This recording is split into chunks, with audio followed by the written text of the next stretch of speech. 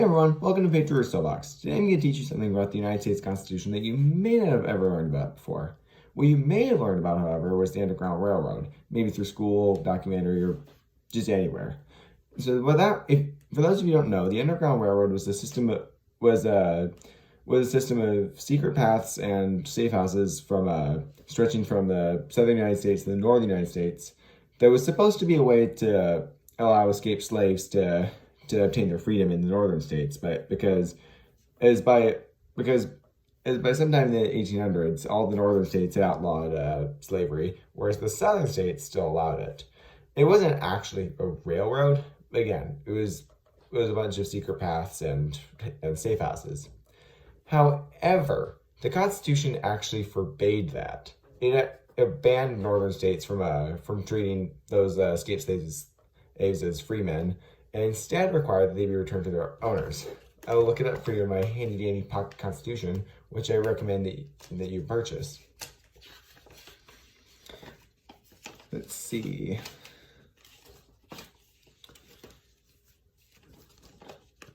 There's Article 4 of the United States Constitution.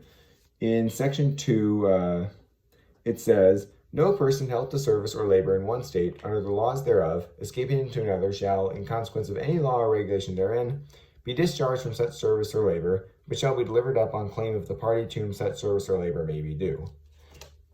In other words, that means that if a slave were to escape a slave state and go to a free state, even if the laws of the free state said that they were to be set free, that's not actually what was supposed to happen. Instead, they were supposed to be sent back to their master once their master claimed them. So really, the whole Underground Railroad system, unconstitutional. However, just because something's in the Constitution doesn't necessarily mean it's right. That's why the Bill of Rights was passed. And actually, at the Constitutional Convention, there were plenty of delegates who were rather upset because the Constitution did not include a Bill of Rights to protect the rights of the people. Some thought that the Constitution would do a good enough job by itself, but eventually, in order to get enough states to agree on the Constitution, and the delegates who wanted it, called the Federalists, had to tell the delegates who didn't want the Constitution, the Anti-Federalists, that they would eventually pass a Bill of Rights.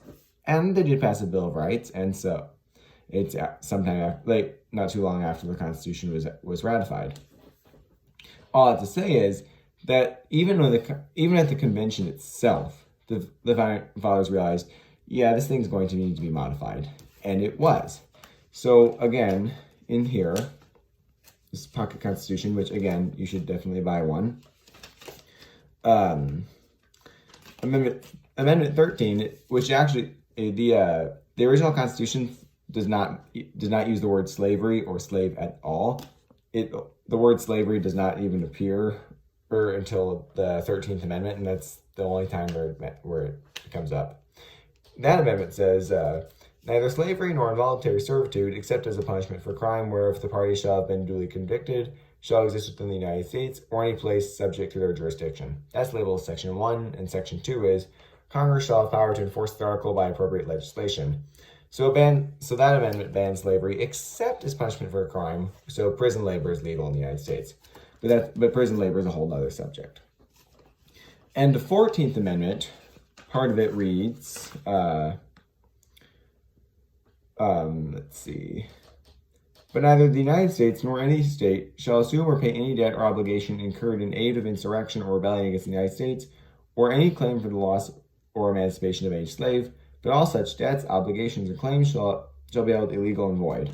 So it says that any debt that was incurred, like if the Confederate government needed to borrow money from people to fight the Civil War, then that debt was canceled by this.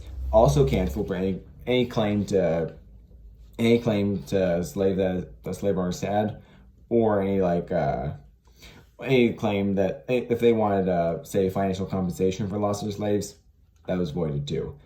So the 13th and 14th Amendment the 13th Amendment ended slavery except as punishment for crime, and part of the 14th Amendment outlawed, it canceled all claims to runaway slaves. And Amendment 15, it says that Section 1 says that The right of citizens of the United States to vote shall not be denied or abridged by the United States or by any state on account of race, color, or previous condition of servitude. Section 2 reads, the Congress shall have power to enforce this article by appropriate legislation. That one says that no matter what someone's race or color is, or whether or not they used to be a slave, they get to vote. And for both Amendment 13 and 15, it says that Congress can pass whatever laws necessary to enforce those amendments. So, thank you for watching Paper Soapbox. Don't forget to like and subscribe for more amazing content.